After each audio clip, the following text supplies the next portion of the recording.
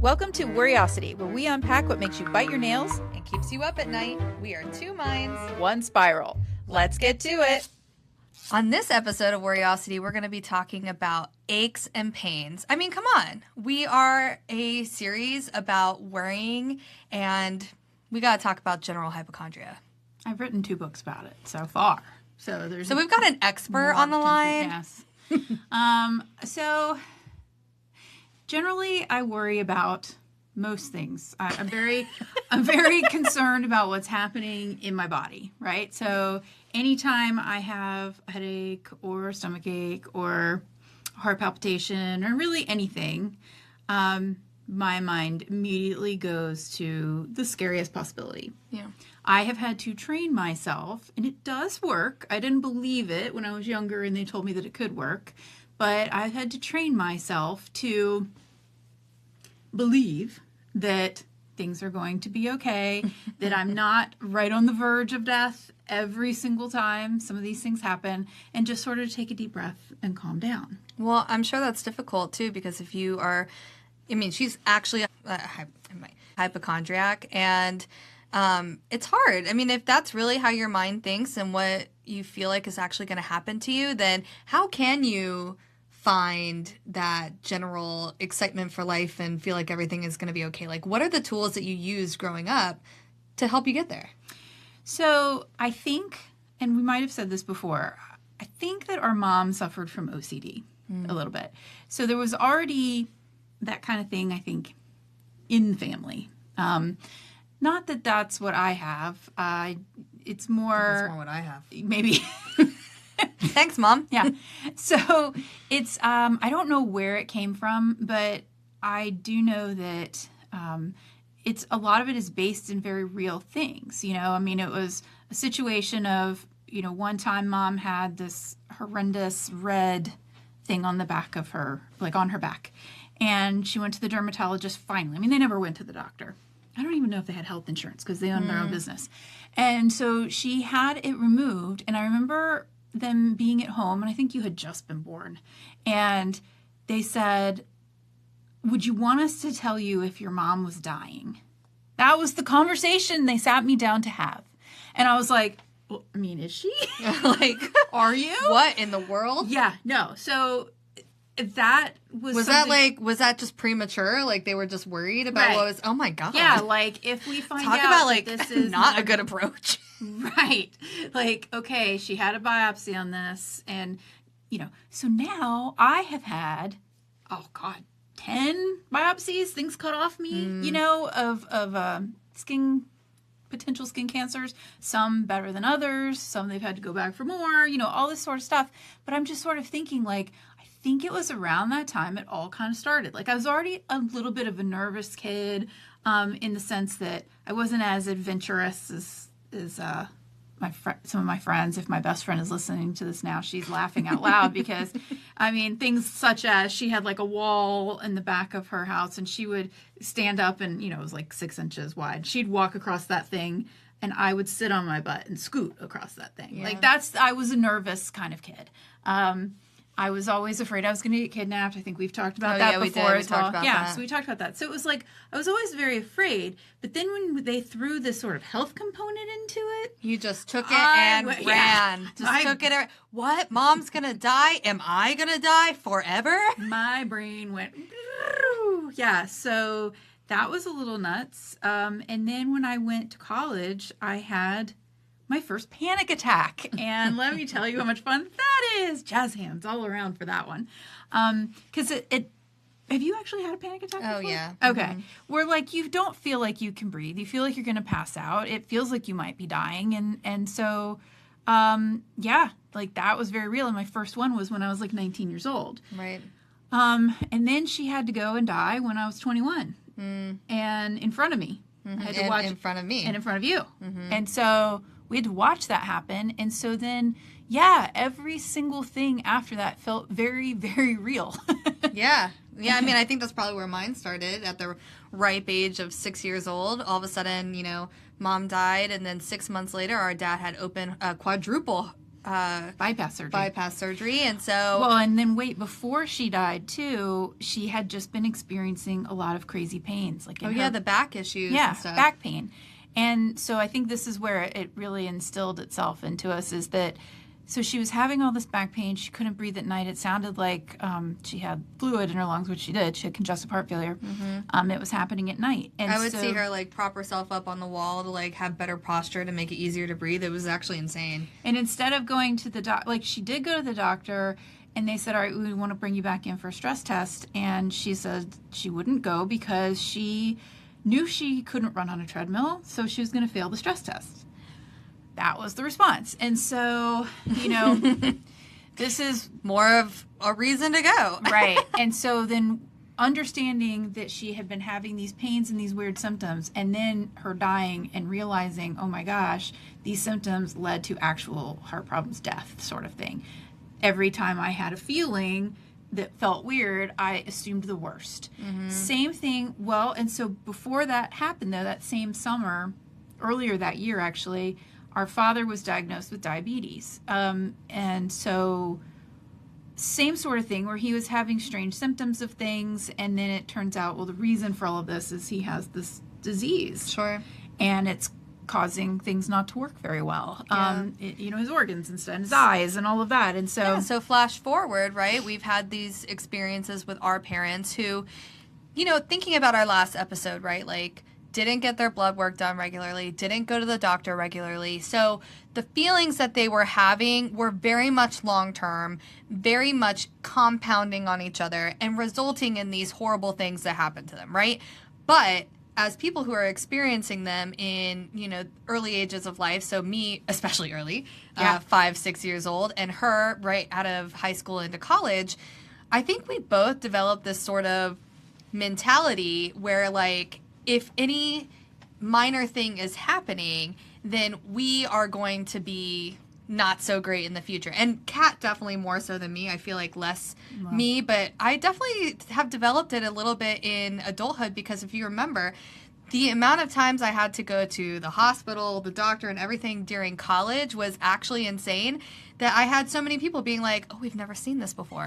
No one likes to hear that. no one likes that. No one likes to hear that. So then I kind of started developing a similar complex to my sister, because it's like you think you're not like your parents, and all of a sudden these things start happening and you're like, oh my God, what's that? Like, is this me too? And so, I mean, like you said, like, I feel like growing up in that kind of household and then experiencing those little aches and pains and those issues so early on in life, you start to worry.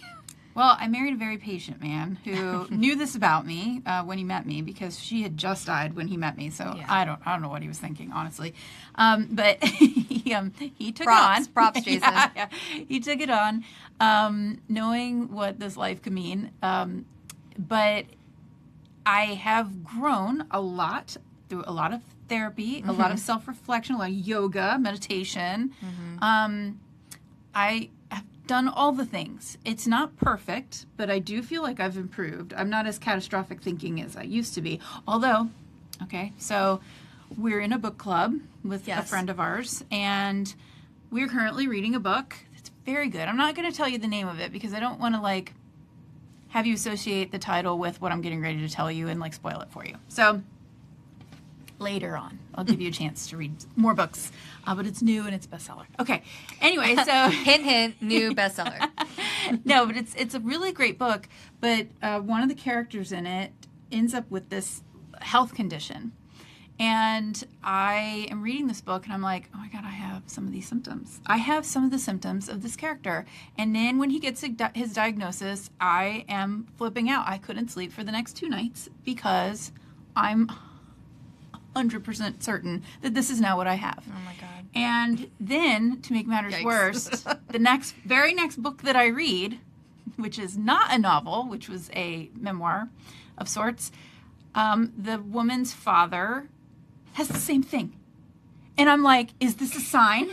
I've never heard of this before, ever. And 2 people back to back having the same symptoms that I sometimes In the get. 2 books, like it's like the thing of the year in the books, right? The diagnosis. You know how sometimes you read these books and it's like, oh, it's cancer or it's heart conditions or diabetes or whatever. This is a thing of the year. So Jason had to remind me, you do not get to diagnose yourself from a novel. Yep. Yes. Totally true. So that brought me back down to reality for a minute. You know, I still didn't sleep perfectly, but I was thinking, okay, that's probably true. Yeah. That's probably true. That, you know, who knows, but maybe I do, maybe I don't have the same problem. But at the same time, I should not be, because I had to really wean myself off of, like, WebMD, not good for my kind of brain, and these sort of things where you just sort of look too much. Well, I mean, it's funny that you say that too. I definitely relate. I mean, I've had like some things here and there where I feel that, oh my gosh, is this it kind of vibe? So like one of the things that I experienced is I had surgery on my foot in 2013, and ever since then it just continues to swell. And I was like 100% sure for the longest time. I was like, I have a blood clot. I'm gonna die. Yeah, because it's gonna be swollen feet. Yeah, that's a blood I know, clot. and it's I'm like, it's a blood clot. Like, and I've been to so many doctors. They're like, it's not a blood clot. It's just like, you know. It's because you know how bad those can be. I We've know. known people with them. It's I know, terrible. exactly. And so it's like, even though I've been to a doctor, even though they've told me no, I'm like, but is it? Like, you just keep worrying about it because it's like, okay, now I have this like ugly foot and there's nothing wrong with it. Like, you know, you kind of feel that way. But then, I mean, the amount of times I've gone to the gym and like tweaked something and I'm like, is this it? Did I break something? Like, it's amazing how just the slightest change in our bodies can make us feel like it's all downhill from here. We're on the track to really unfortunate times. But really the problem here, Kat, is we're just getting older. Well, right. That Like, this isn't going to get better, right? Like, our bodies are just They don't just getting start working older. better. Yeah, they don't. We put them through a lot already, and so it's like we're not like dying right now, but we are putting our bodies through it and getting older, and I think that's things are going to come up. Things are going to come up, and so it's like when we're worrying, we have to remind ourselves of that because at the end of the day, like, there's not much we can do about it. Right. The worrying is never going to help. The worrying is never gonna help. Yeah. And it's just, you know, I find that to be the thing that kind of holds me together these days because I used to get really worried. I mean, she brings a certain energy, you know, like she brings she brings a certain energy with her hypochondria, but that's helped me, I think, is just, you know, you can't really change what's going to happen as long as you're actually like, you know, doing the things to stay healthy and whatnot. So you just got to kind of like go with the times. I think so. I mean, to be fair, I have had real things. That's the thing. I mean, we both have. Right. And so, you know, where do you decide what to worry about and what not? And I think, I mean, because that's the problem is, so these very real things happen to our loved ones, and then very real things have happened to us. I mean, I've friends too. Yeah. I mean, so many things have happened to. There's cancer in our family. There's heart disease in our family. I have had, you know, moments where I've been in the hospital for various things. Same. And so it's scary. You know, there's tests that have to be done and you know, if blood work comes back weird for things and all that. But at the same time, I think the way to overcome it is, like you said, your worrying's not going to change it. And so you have to, I usually address it with humor.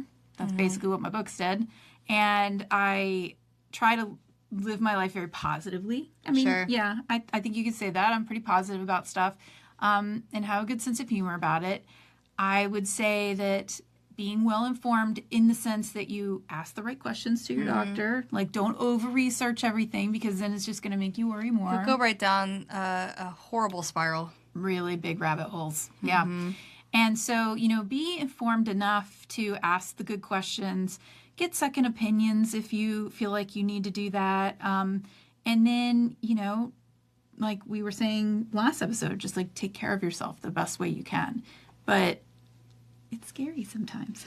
It is. I mean, the unknown and the things that can kind of come at you. I mean, you know, you're talking about Mom and the thing on her back, or, you know, our dad had melanoma as well. So, like... He used to get a bunch... He was bald. He was bald, so he got a lot on his head. Like, a lot of things that he would have to get taken off and, like, frozen off and, you know, have to really get some things addressed. And so it's like, those things still scare you. It's like you think you're doing it all right, and then it shows up, and it's like, what is the, knowing that we have these worries, like, how do you take it all in stride when something does happen? I mean, that's the thing, is like, we have both had these issues. We've both been in the hospital. We've both had whatever. It's like, how do you get through that moment when it actually does happen? Well, it's weird. We're stronger than we think we are. I've watched people go through some very, very serious things, and while it is very terrifying, they make it to the other side, and they're even stronger afterwards, right? So it's amazing what we can get through. I remember I had to have my thyroid removed, and I had nodules. Love that word, nodules. And to determine that I had nodules, they were doing, scans and stuff. That's all fine. And then they had to biopsy the nodules while I was awake. And so I remember going in, and they just started with a needle rapidly stabbing me in the throat. And for someone like me, that's quite unpleasant. No, that's not fun at all. And that's unpleasant for everybody, not just someone like me. I didn't mean to say it that way. But yes, but for someone like me, that leads to passing out right afterwards, really, is what that means. And so we've had a very similar experience. Yeah. And so luckily, I brought a friend with me because she had a feeling, she knows me very well, she had a feeling that I wasn't going to do well right in the immediate aftermath of that. So, sure enough, they were like, okay, you're done, after repeatedly, like, these fast stabs. It was so weird because I had multiple nodules. It was really... I'm being taken back. And while they were doing it, they were like, don't swallow, don't swallow, don't swallow. And that just became the only thing I felt like I needed to do was swallow. It was just horrible. Oh, and God. That had to happen multiple times. That happened multiple times before they finally, I was sort of like, can we just take the whole thing out? Like, are we just going to keep doing this every 3 months? Yeah, just take it out. Just take it out. I'd rather have this. We all know what the end result's going to be here. Let's just, one more time, just take it all out.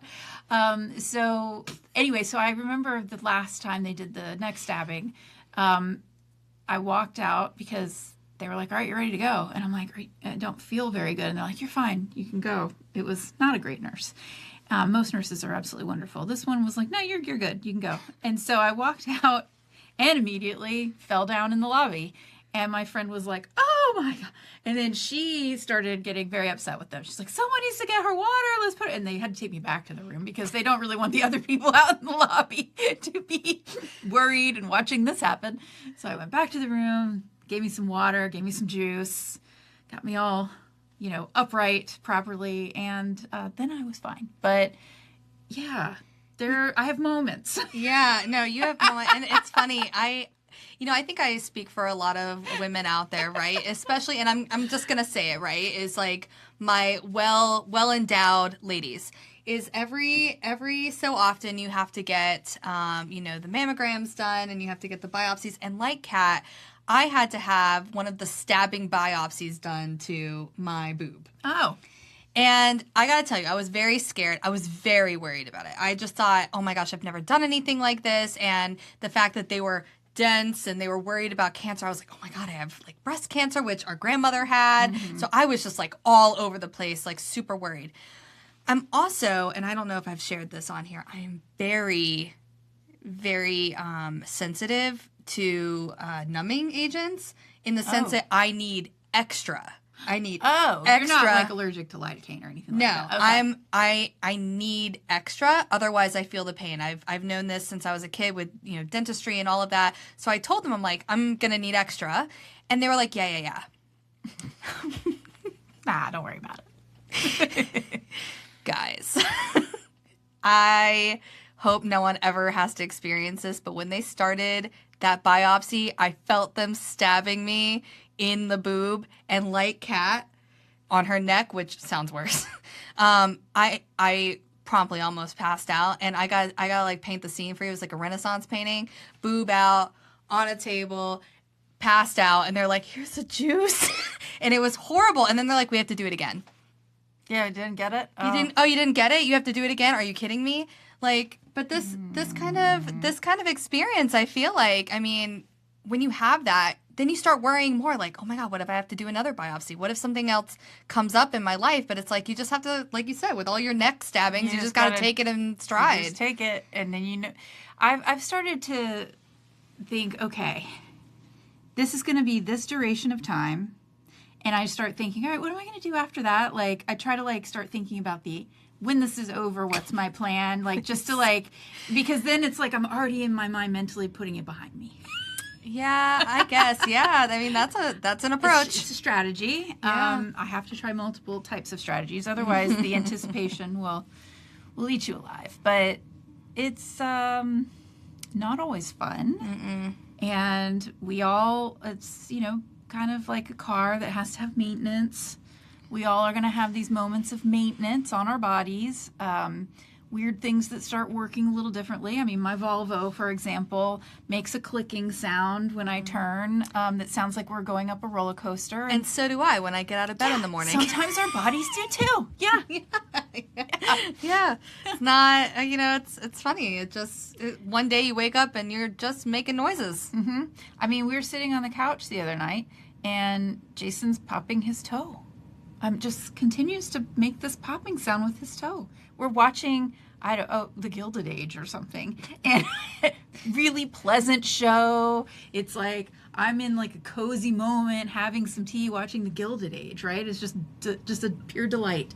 And I keep hearing this disgusting popping, cracking noise. When did this start happening? Just that day. What is this? What is this? And he's like, oh, I'm like, what? And I turn to him and I'm like, what are you doing? And he's like, oh, I'm sorry, I'm just cracking my toe. And I'm like, 15 times. It's never done that before. Like, what is happening? Why is your body all of a sudden doing this? Yes. Yeah. So, I don't know. It's just weird stuff just starts to happen, I guess. And we kind of have to embrace it. Mm-hmm. Otherwise, we'll just cry. So instead, we have to laugh about it and be strong about it. Yeah. And kind of like we said, what we've learned, you go to the doctor. You do what you need to do, but you can't worry about everything all the time. Yeah, and that's one thing I want to like leave on is that it's so easy to worry so much that you like over go to the doctor, like you go for every single thing. That's true too. And that can also be a lot, not only financially, but just like for your mental health is like if you constantly are in a place of worry where you have to go every single time, like the first sniffle, the like first inconvenience, like I think that can also lead to like more worry and more stress and whatnot. It's like knowing when and the signs, I think is really helpful in that journey. And I know she's like, the only reason I don't go in all the time is I have a direct line to my doctor. So, like, shout out to him. But, like, I don't think everyone has that. But I've learned over time that, as someone who doesn't necessarily do that, is I used to go all the time because I was so worried. And it got to the point where it was, like, it was making me more stressed out to, like, always have to go in, always have to do that. Where I realized and learned, hey, maybe that cold is not your ticket out, like maybe that one clicking toe is not a sign of whatever. It's like maybe save it. save it for when you actually really feel bad. Don't make everything about feeling bad. Well, but also too is if you are constantly worried about everything that's going on, it actually puts more emphasis on that part of your body, and it seems like you feel it even more. Exactly. And also, you get extra things like stomach aches and headaches from the worry. Like the stress of it is giving you other symptoms. And so all of a sudden you're like, wait, I have all 6 of these symptoms, but 3 of them are because you're worried. Yeah. So you try to relax a little bit, and I found that if I do that, a lot of the things that I was initially worried about will go away. And that's always a good sign is if it goes away. So, yeah. But we've enjoyed having you. If you've got some worries of your own, some things... some aches and pains and general hypochondria. Yeah, that you're worried about, let us know. We'd like to talk about it. And we'll see you next time. All right, bye.